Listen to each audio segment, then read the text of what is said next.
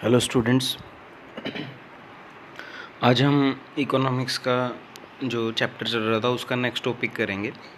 इसको बोलते हैं कंसेप्ट ऑफ अपॉर्चुनिटी कॉस्ट। जो बच्चे पिछला लेसन नहीं पढ़ रहे हैं उनको आगे में थोड़ी सी प्रॉब्लम हो सकती है, तो जो अब लेसन पढ़ा रहा हूँ या जो टॉपिक पढ़ा रहा हूँ उससे पहले पिछली वीडियो ज़रूर देखें, जिससे आपको समझने में आसानी होगी। कंसेप्ट ऑफ अपॉर्चुनिटी कॉस्ट के अंदर ये अपॉर्चुनिटी कॉस्ट, या इसको हिंदी में बोलते हैं अवसर लागत। अवसर लागत क्या होती है? अवसर लागत का मतलब होता है बेस्ट अल्टरनेटिव ऑप्शंस या best alternative uses same level of income पे। मान लीजिए आप नौकरी की तलाश कर रहे हैं, तो आपको एक पर्सन नौकरी दे रहा है जो 10,000 रुपये की दे रहा है, मतलब 10,000 रुपये दे रहा है मंथ के। एक पर्सन 15,000 दे रहा है, एक पर्सन 20,000 दे रहा है। तो आपके पास बेस्ट अल्टरनेटिव जो है वो कौन सा है?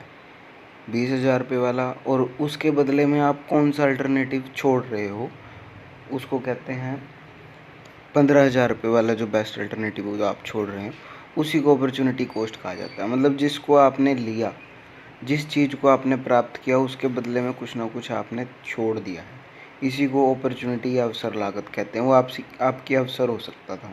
मतलब आपको 20,000 रुपये की नौकरी मिली, आप उसके लिए 15,000 रुपये की नौकरी को छोड़ रहे हैं।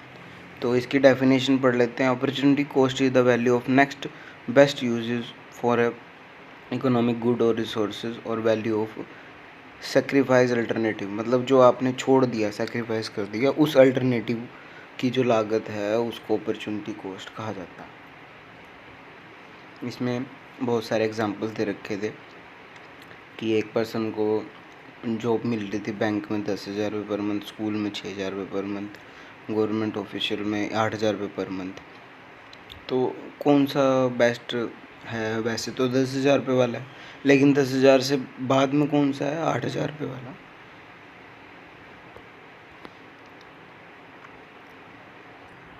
तो जो ऑप्शन छोड़ दिया उसने, वो उसकी अपॉर्चुनिटी कॉस्ट हो जाएगी। Opportunity cost and concept of production possibility curve. Production possibility curve कौन सी कर्व थी? जिसमें हम ये शो करते हैं कि हमारे पास कौन कौन से बेस्ट अल्टरनेटिव हैं जिससे हम अपनी प्रोडक्शन पॉसिबिलिटी को शो कर सकते हैं।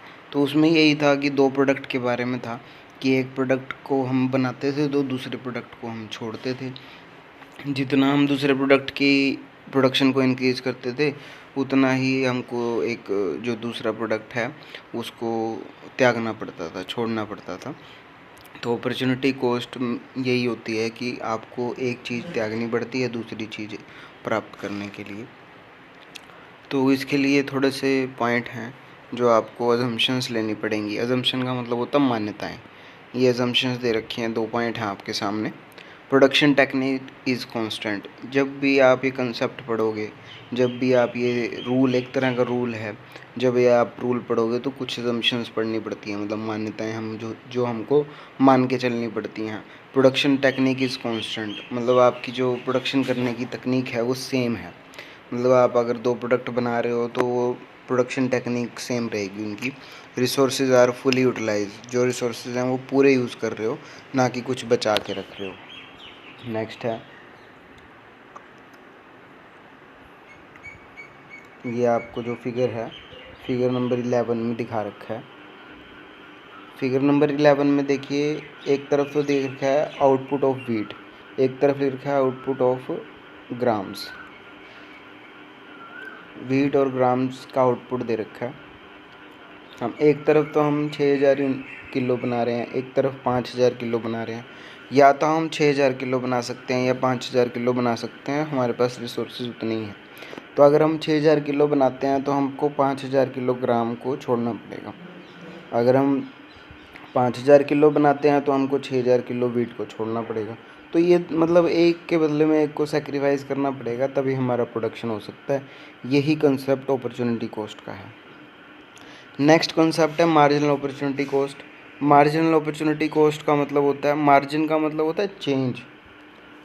जो चेंज आया हमारी कॉस्ट के अंदर, मैं आपको बताता हूँ, इसको रीड करते हैं थोड़ा सा। Concept of marginal opportunity cost is an important concept of economics it is based on 2 assumption, 2 assumption है इसकी। Factor of production remain constant, production technology remains constant, same ही है, इसमें भी टेक्नोलॉजी सेम थी, उसमें जो प्रोडक्शन है वो सेम है। On the basis of these assumption if the producer is producing 2 commodity, अगर एक प्रोड्यूसर 2 कमोडिटी बनाता है X and Y, then producer of X can increase only if production of Y is reduced. अगर X का production तभी बढ़ा सकता है जब उसको वाई का प्रोडक्शन कम हो जाएगा, वाई का प्रोडक्शन तभी बढ़ा सकता है जब एक्स का प्रोडक्शन कम हो जाएगा। मतलब आपको एक चीज़ को छोड़ना पड़ेगा दूसरे का प्रोडक्शन करने के लिए, इसी को मार्जिनल अपॉर्चुनिटी कॉस्ट कहा जाता है। एग्जाम्पल भी दे रखा है इन्होंने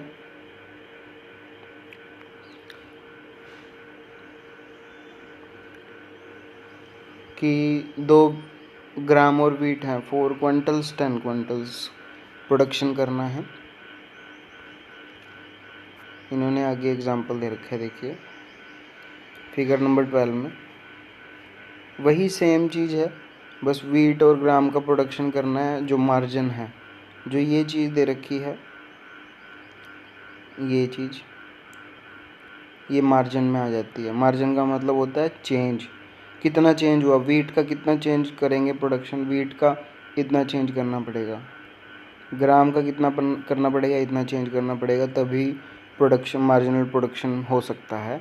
एक प्रोडक्ट को छोड़ेंगे दूसरे का चेंज, दूसरे का प्रोडक्शन कर सकते हैं, एक को दूसरे को छोड़ेंगे पहले का प्रोडक्शन कर सकते हैं, तो यही मार्जिनल प्रोडक्शन होता है। ठीक है, ये आपका जो चैप्टर है वो कंप्लीट हो चुका है। जो भी आपका जो चैप्टर है पिछला अगर किसी ने नहीं देखा है वो ज़रूर देख लें। इसमें हम इस चैप्टर में हमने प्रोडक्शन पॉसिबिलिटी कर्व देखा था, उसके बाद हमने प्रोडक्शन पॉसिबिलिटी कर्व के बारे में पढ़ा था, प्रोडक्शन पॉसिबिलिटी कर्व कैसे काम करती है, कैसे प्रोडक्शन किया जाता है, what to produce, how to produce, how much to produce, ये पढ़ा था हमने इस पूरे चैप्टर में। और हमने क्या पढ़ा था इस चैप्टर में, इस चैप्टर के अंदर हमने पढ़ा था कि ये अपॉर्चुनिटी कॉस्ट क्या होती है, मार्जिनल अपॉर्चुनिटी कॉस्ट क्या होती है। उसके बाद एक बार हमने शिफ्टिंग भी पढ़ा था कि इंक्रीज़ मार्जिनल जो इंक्रीज़ क्या होता है, डिक्रीज़ क्या होता है, वो सारी चीज़ें हमने पढ़ी थी। जिससे मतलब हमारा जो चैप्टर है ये सेकंड चैप्टर है, फर्स्ट चैप्टर भी हो गया, सेकंड चैप्टर भी हो गया। इसको आपने ध्यान से रीड करना है।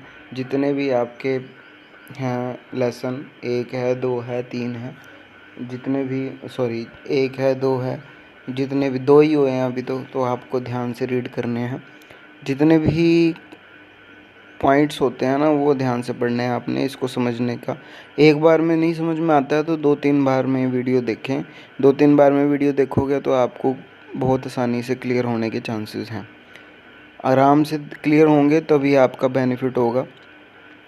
और धीरे धीरे आगे नेक्स्ट चैप्टर भी कराएंगे, तो थोड़ा सा ही काम दिया जाता है, तो ध्यान से आपको देखना है जिससे आपको आसानी से क्लियर हो सके सब कुछ। Thank you very much.